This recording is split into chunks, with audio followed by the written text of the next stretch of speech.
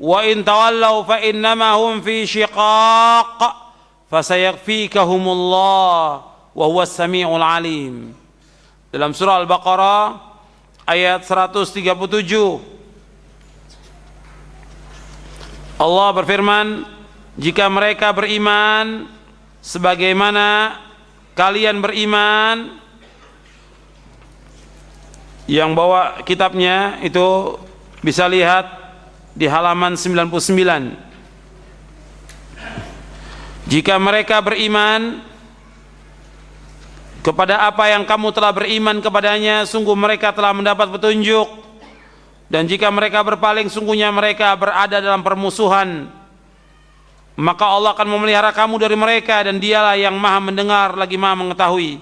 Surah Al-Baqarah ayat 137. Jadi Allah menyebutkan apabila mereka beriman sebagaimana kalian beriman, mereka mendapatkan petunjuk.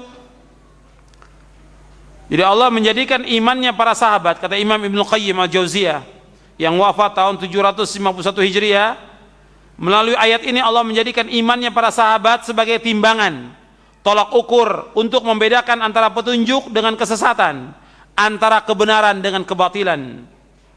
Apabila ahlul kitab beriman sebagaimana berimannya para sahabat, maka sungguh mereka mendapat hidayah, petunjuk yang mutlak dan sempurna. Jika mereka ahlul kitab berpaling tidak beriman sebagaimana berimannya para sahabat, maka mereka jatuh ke dalam perpecahan, perselisihan, dan kesesatan yang jauh. Jadi di sini disebutkan imannya para sahabat sebagai tolak ukur. Kalau mereka beriman sebagaimana mereka beriman, apabila mereka beriman sebagaimana kalian beriman, mereka dapat petunjuk. Jadi umat Islam, mereka akan mendapatkan hidayah dari Allah apabila mereka mengikuti pemahaman salafus saleh, mengikuti pemahaman para sahabat ridwanullah alaihim ajma'in. Mereka akan dapat hidayah, hidayah yang sempurna.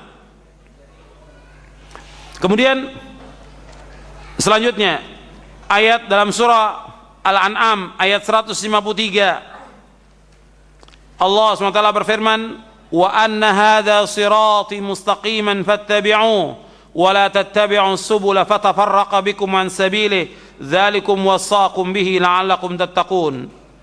Dan bahwa yang kami perintahkanlah jalanku yang lurus, maka ikutilah dia, janganlah kalian mengikuti jalan-jalan yang lain, karena jalan-jalan itu akan mencerai-beraikan kalian dari jalan Allah.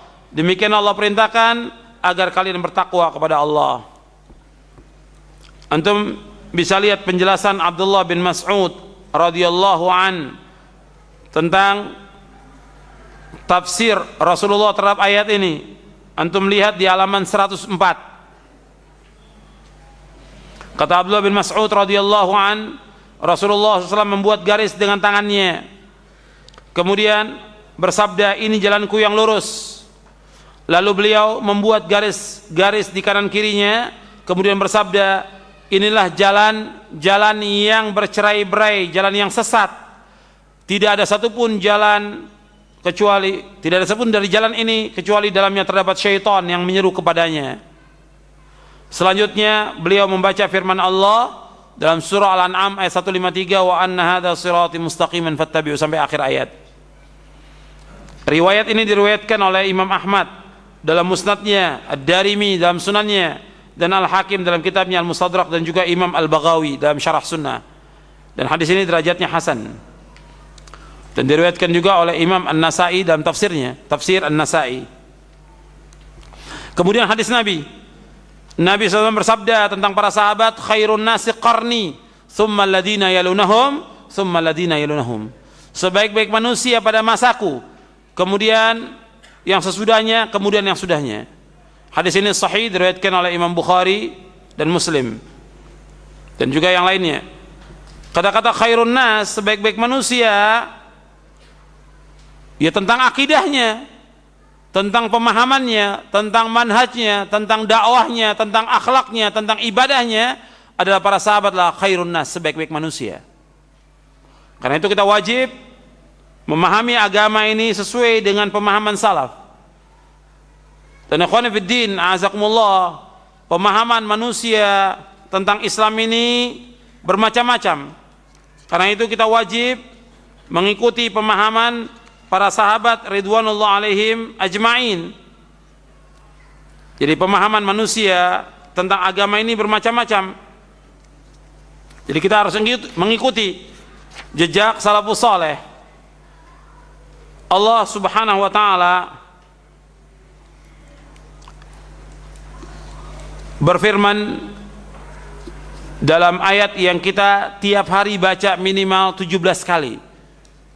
Ihdinas siratal mustaqim, siratal ladzina an'amta alaihim, ghairil maghdubi alaihim waladdallin.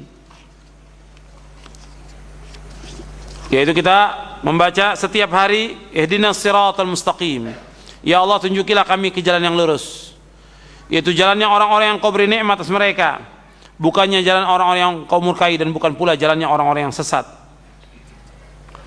Itu jalan yang diridhai oleh Allah Subhanahu wa taala, itu jalan yang telah ditempuh oleh Rasulullah dan para sahabatnya.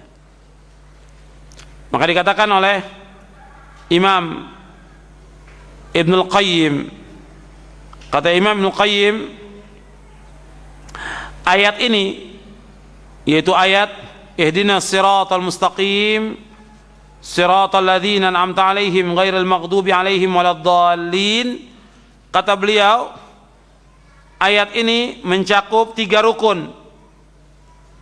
Ayat ini mencakup 3 rukun. Rukun yang pertama adalah Al-Quran.